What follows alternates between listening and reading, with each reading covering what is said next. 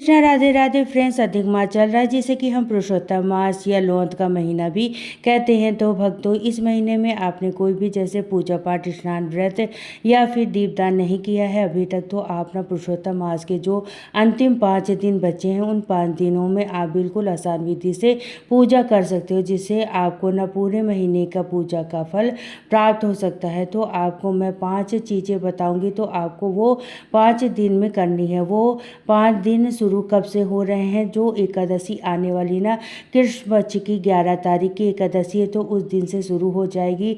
तो आप उस दिन से शुरू कर सकते हो वो पूजा पाठ। तो ये वीडियो मैं सुबह सुबह की बना रही हूँ। लड्डू गोपाल जी को मैंने दही से स्नान करा रही हूँ और आज मैं अपने मंदिर भी पूरा क्लीन कर दूंगी। भगवान को स्नान कराने के बाद मैं वस्त्र भी पहनाकर आप सभी को दर्शन भी कराऊंगी। तो अभी मंदिर मैं क्लीन कर दूंगी और सभी भगवानों का मैंने स्नान श्रृंगार करके पूजा पाठ कर दिया है। तो फ्रेंड्स, आज के 5 दिनों में आप ऐसा क्या करिए जिससे आपको पूरे महीने का पूजा का फल मिल जाए, क्योंकि बहुत सारे लोग नहीं कर पाते हैं, पूरे महीने का नियम नहीं ले पाते किसी भी वजह से, और काफ़ी लोग जग भी नहीं सकते हैं सुबह ब्रह्म मुहूर्त में। तो फ्रेंड्स, सबसे पहले मैं आपको बताती हूँ स्नान कब करना है सुबह में। तो आप ब्रह्म मुहूर्त में आप उठ जाइए, सूर्योदय से पहले स्नान कर लीजिए। सूर्य निकलने से पहले स्नान कर लीजिए, लेट ना करिए, क्योंकि ब्रह्म मुहूर्त में थोड़ी जल्दी हो जाती है। तारों की छाँव में स्नान करना होता है, तो आप सूर्य निकलने से पहले स्नान कर लें।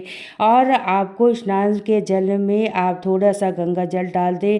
पहले गंगा जल डालें, उसके बाद शुद्ध जल डालें। अगर नहीं है तो आप ऐसे भी स्नान कर सकते हो। स्नान करने के बाद आप अपने घर के मंदिर में आ जाइए। लड्डू गोपाल जी हैं तो उनको स्नान कराएं।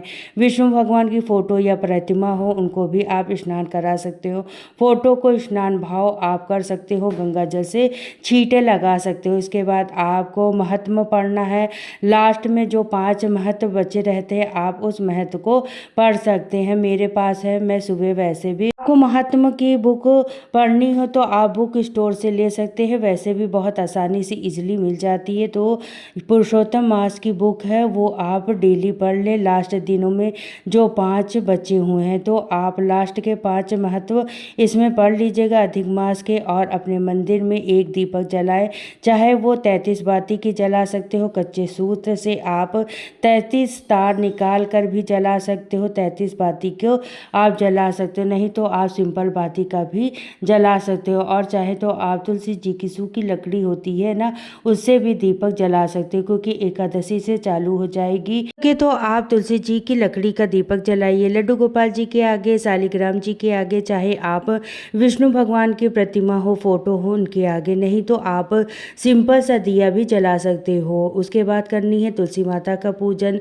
जल देना है और वहाँ पर भी आपको दीपक जलाना है। तो आप दीपक ब्रह्म मुहूर्त के पहले जला सकते हैं, या तो आप शाम के टाइम जला सकते हैं। जब अंधेरा हो जाए उसी टाइम पर आपको दीपक जलाना है। सुबह में तो जैसे दिन निकल जाता है तो दीपक जलाने का कोई फ़ायदा नहीं है, तो आप शाम को दीपक जलाइए तुलसी मैया को। हाँ, जल आप अर्पित कर दीजिएगा, और संडे को आपको जल अर्पित नहीं करना है। और द्वादशी वाले दिन भी आपको तुलसी मैया को जल अर्पित नहीं करना है, तुलसी पत्र नहीं तोड़ना है। द्वादशी को भी और एकादशी को भी तुलसी पत्र नहीं तोड़ी जाती है, तो आप ना पहले ही तुलसी पत्र तोड़ कर रख लीजिएगा।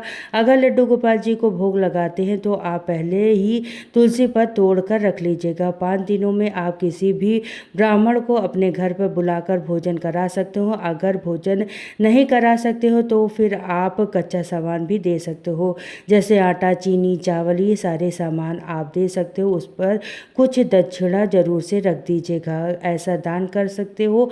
या फिर 5 दिनों में तो आप बिल्कुल भी आसान विधि बता रही हूँ आपको। ब्रह्म मुहूर्त में भी नहीं उठना है, तो आप सूर्योदय से पहले उठकर आप स्नान कर लें और पूजा कर लें। आपको अधिक मास के पूरे महीने का पूजा का फल आपको इन 5 दिनों में मिल जाएगा। तो अभी इस वीडियो को यहीं पर मैं करती हूँ एंड, फिर मिलती हूँ नेक्स्ट वीडियो में। तो सभी को राधे राधे, जय श्री कृष्णा। अगर वीडियो अच्छी लगी हो तो लाइक, शेयर, कमेंट जरूर करना। फिर मिलती हूँ।